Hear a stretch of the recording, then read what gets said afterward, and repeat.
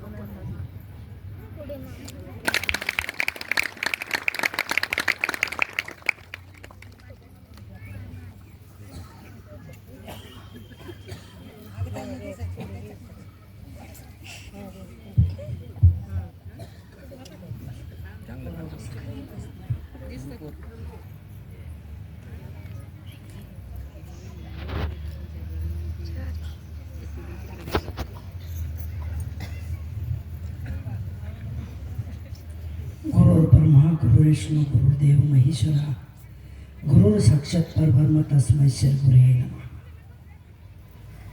ज्या ज्या ठिकाणी मन जाय माझे त्या त्या ठिकाणी निजरूप तुझे. मी ठेवितो मस्तका ज्या ठिकाणी तेथे सद्गुरु तुझे पाय धोनी. आज कार्यक्रमाचा प्रथम दिवस गुरुचरित्र पारायण सोहळा, त्यातला आज प्रथम दिवस. जे जे गुरुचरित्र पारायणला बसले असेल ते मोठे भाग्यवान आहे आणि जे बसले नसेल ते परम भाग्यवान आहे. किमान बसले नाही पण आले तरी म्हणजे परम भाग्य आहे की नाही. चालतं काही कामात भया हे थोडं बाजूला ठेवावं लागेल, उद्याचं थोडं बाजूला घे. ते हे हवावड प्रथम दिवस आणि गोलटगावकरामध्ये ह्यो असलेला आनंद. खरं तर गोलटगाव फारसे काही आपले भक्त नाही. ज्यांनी नारळ घेतलं तेही कधी मध्ये आलेले, उगाच कधी मध्ये काही कार्यक्रमच्या निमित्तानं. मला असं वाटतं एखाद्या 2 दिवस तुम्ही आश्रमात आले असेल एकदाच. आणि एवढं मोठं धाडीच करून गावाच्या बळावर गावाच्या नावावर आपण नारळ घेतलं. कोणाला विचारलं नाही, त्यांना माहिती गाव आपलं आहे, आपण गावाचे. न विचारता एवढा मोठा कार्यक्रम गावामध्ये. आणि नारळ घेतल्यानंतर 2-3 जण आले नारळ घ्यायला आणि सांगितलं आपल्या गावामध्ये पुढे डिसेंबरमध्ये जो सप्ताह राहील तो मात्र आपल्या गोलटगावला आहे. ठीक आहे होणार आहे. पण बऱ्याच लोकांना याच्याबद्दल कधी कधी अशी जाणीव नसती का सप्ताह म्हणजे काय. आपल्या गावात सप्ताह होतो. आमचे आडगावकर मागच्या वर्षी डिसेंबरच्या अगोदर मला असं वाटतं विषय झाला. ते म्हणलं महाराज सगळे आडगावकर सगळे ते म्हणले आमच्याकडे 6-7 सप्ते होतात वर्षातून. त्याच्यामुळे सप्ताह करणं आम्हाला काही फार जड जाणार नाही. पण मला असं वाटतं सप्ताह करायला लागल्यावर किती जड जातो हे तेव्हा कळतं. आडगावकरला माहिती कधी जावे त्याच्या वंशे तेव्हा कळे. ते वंशच कधी अनेक सप्ते गावातले केले पण त्याच्यामध्ये एवढे यांना द्यावा लागल्या. कारण तो सप्ताह असा असतो बरं का. गाव सप्ताह तो कसा असतो की तो आसपास गावचे मंडळ येते, संध्याकाळी येते, संध्याकाळी कीर्तन ऐकते, कधी मध्ये भजन करते आणि वापस जाते. दुसऱ्या दिवशी फक्त संध्याकाळीच येते. दिवसभर आपण आपला सप्ताह. 100-200 लोक पारायला गावातले काय असेल 150-200 जसं प्रथा असेल तसं. आणि मग ते झालं की तेवढ्याच लोकांना पंगत असते. कोणाकडे तरी महाराजाकडे पंगत आहे किती पारायण वाचणाऱ्याला. गाव पंगत असते का? गाव पंगत नाही. पारायण वाचणाऱ्या मंडळीला पंगत असते. मग 100 आसन 200 आसन तेवढ्या लोकांना ती पंगत. आणि ज्याचे त्याचे कामं जे ते करतात. संध्याकाळी कीर्तन चांगलं आहे असं मनाला वाटलं तर मग मात्र त्यातले 50% कीर्तनाला जातात, नाही तर घरी झोपा घेतात. बरोबर आहे का नाही? म्हणून ह्यो सप्ताह थोडा वेगळा आहे. ह्या सप्त्याची भूमिका थोडी वेगळी आहे. आपला गाव सप्ताह असतो ते वंड्यात लग्न केल्यासारखा.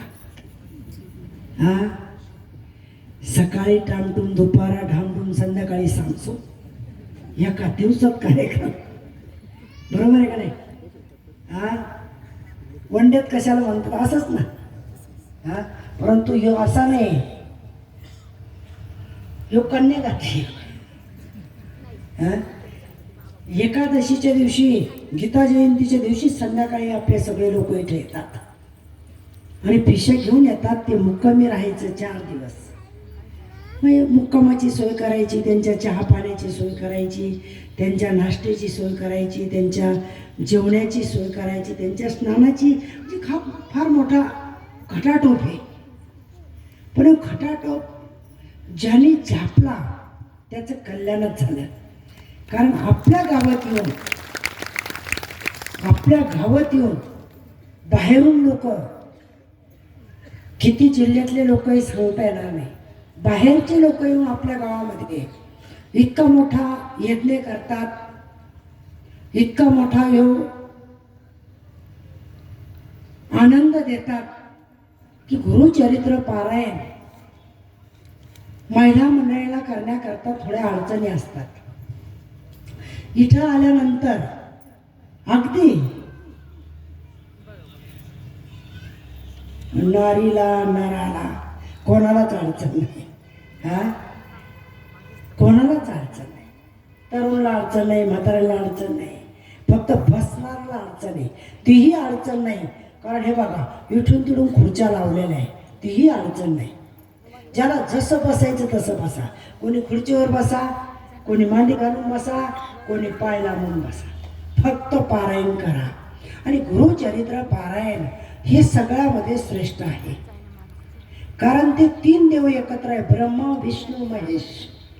ते 3 देव एकत्र आहे. शिवकथा जर ऐकली तर नुसती शिवाचीच असते.